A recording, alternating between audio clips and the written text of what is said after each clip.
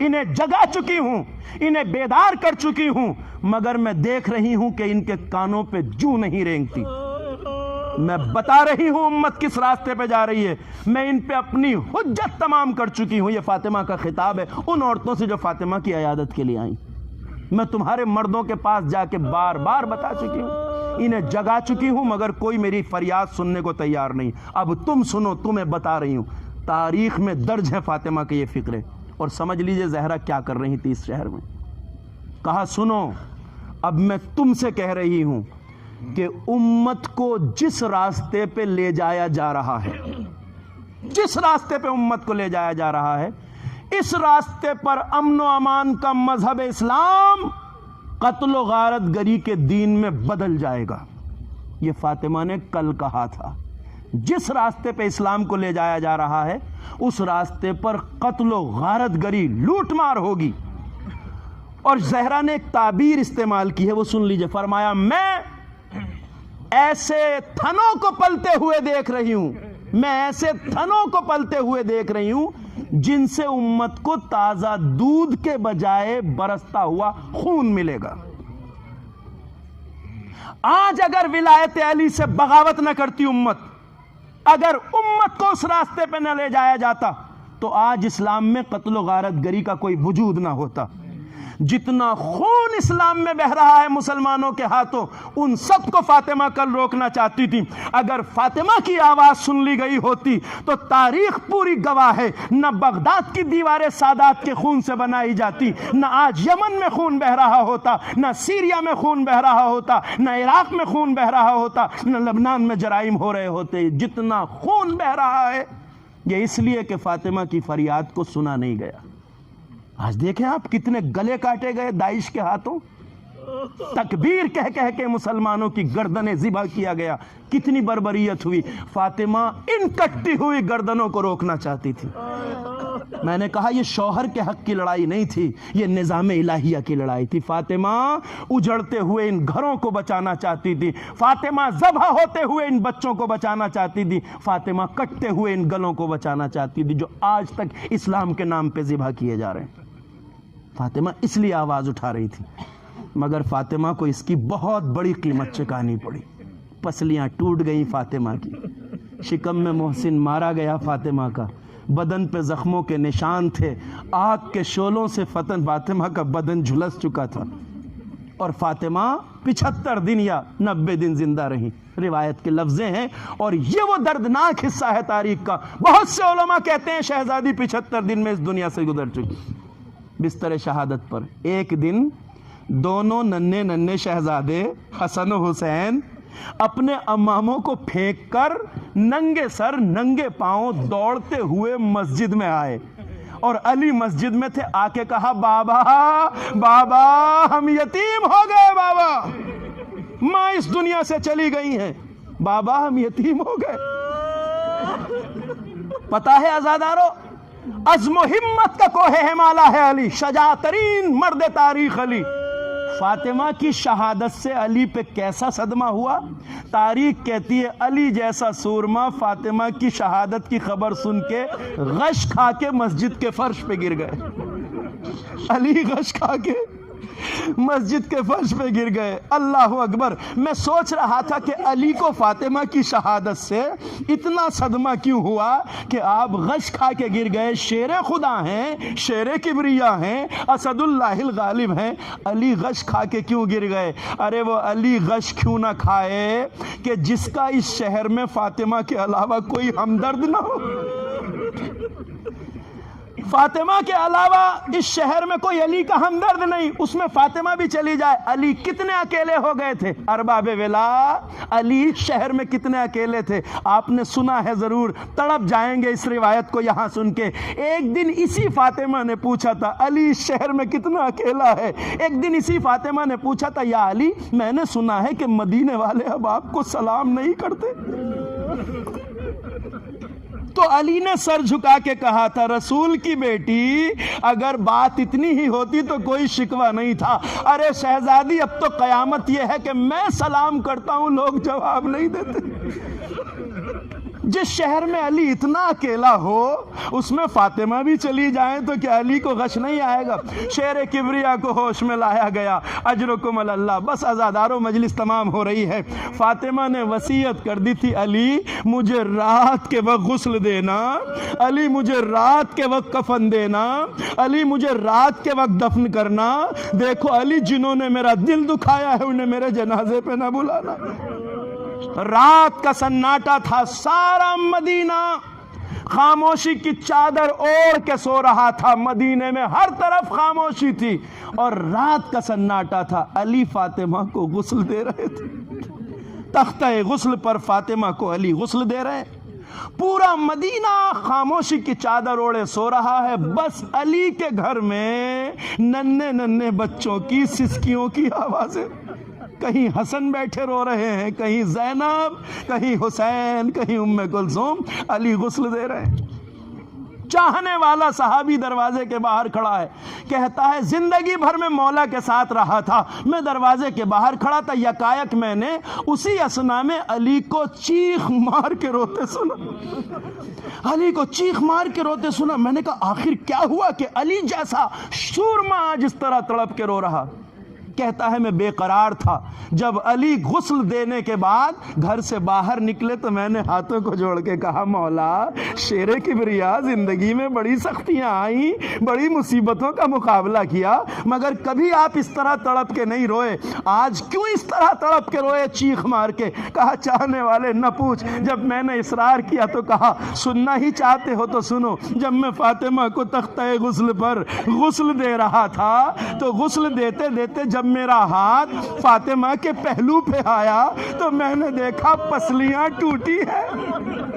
مجھے صدمہ اس بات کا ہوا کہ اتنے دن بیت گئے، کبھی فاطمہ نے مجھ سے نہیں کہا علی میری پسلیاں ٹوٹی ہیں۔ اجرکم اللہ، جنازہ تیار ہوا فاطمہ کا، صحن خانہ میں رکھ دیا گیا۔ آج بھی یہی ہوتا ہے نا، جب جنازہ تیار ہوتا ہے تو گھر والے عزیز و رشتہ دار میت کا آخری دیدار کرتے ہیں۔ علی نے کہا میرے شہزادوں، میرے بچوں، میرے لاڈلو، ماں کا آخری دیدار کر لو۔ حسن آگے آئے، ماں کا چہرہ دیکھا، تڑپ کے کہا ماں اب یہ دنیا ہے، آپ کے بغیر زندگی کیسے کٹے گی؟ زینب آئیں، آگے کہا اماں خدا حافظ، اماں اس عالم غربت میں چھوڑ کے جا رہی ہیں۔ علی نے دیکھا سارے بچے فاطمہ کا آخری دیدار کر چکے، اب علی نے دیکھا کہ سارے بچے ماں کا دیدار کر چکے، ابھی تک شہزادہ حسین شہزادہ حسین ماں کے دیدار کو نہیں آیا۔ علی نے جب صحن خانہ میں نظر دوڑائی تو کیا دیکھا؟ ایک گوشے میں حسین سر جھکائے بیٹھے ہیں، سسک رہے ہیں۔ علی قریب آئے، آ کے کہا لال حسین میرے شہزادے۔ حسین نے سر اٹھایا، کہا جی بابا۔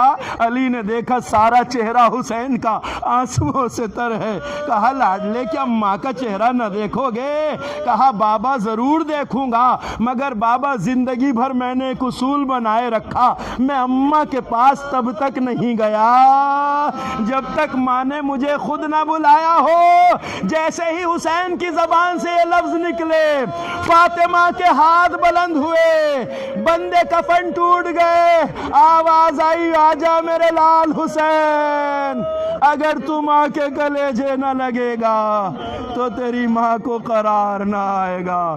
حسین آئے، ماں کے سینے سے لپٹ گئے، اماں خدا وَسَيَعْلَمُ الَّذِينَ ظَلَمُوا أَيَّ مُنْقَلَبٍ يَنْقَلِبُونَ اِنَّا لِلَّهِ وَإِنَّا إِلَيْهِ رَاجِعُونَ الہی بحق زہرا و ابیہا و بعلہا و بنیہا و السر المستودع فیہا، پروردگار تجھے تیری عظمت و جلالت و شان کرم کا واسطہ ہمارے ذکر عبادت کو قبول فرما۔ پروردگار ہمارے دلوں میں عشق و محبت و معرفت اہل بیت کو زیادہ سے زیادہ فرما۔ پروردگار ہم سب کا حشر و نشر محمد و آل محمد علیہ السلام کے ساتھ فرما۔ پروردگار تمام محبان حضرت فاطمہ کو شہزادی کی شفاعت نصیب فرما۔ پروردگار تمام مومنین و مومنات کے دلی حاجات کو پورا فرما، جو پریشان حال ہیں ان کی پریشانیوں کو دور فرما، جو بیمار ہیں انہیں شفا عطا فرما۔ جن کے کاروبار میں مشکلات ہیں ان کی مشکلات کو دور فرما۔ پروردگار صاحب مجلس صاحب فرش کے تمام دینی و دنیاوی مقاصد کو پورا فرما۔ رب کریم علماء اعلام اور مراجع کرام کا سایہ ہمارے سروں پہ برقرار رکھ۔ پروردگار مقامات مقدسہ، تبات عالیات، کربلا معلیٰ، نجف، اشرف، سامرہ اور روضہ سیدہ زینب کی حفاظت فرما۔ وہاں حفاظت کر رہے نوجوانوں کے عزم و حوصلے اور ہمتوں میں اضافہ فرما۔ پروردگار تجھے تیری عظمت و جلالت کا واسطہ بقیع کی اجڑی ہوئی قبروں کو دوبارہ آباد فرما۔ پروردگار فرزند زہرا منتقم خون حسین امام زمانہ کے ظہور میں تعجیل فرما۔ ہمیں اس لائق بنا کہ ہم اپنے امام کے ناصرین میں شامل ہو سکیں۔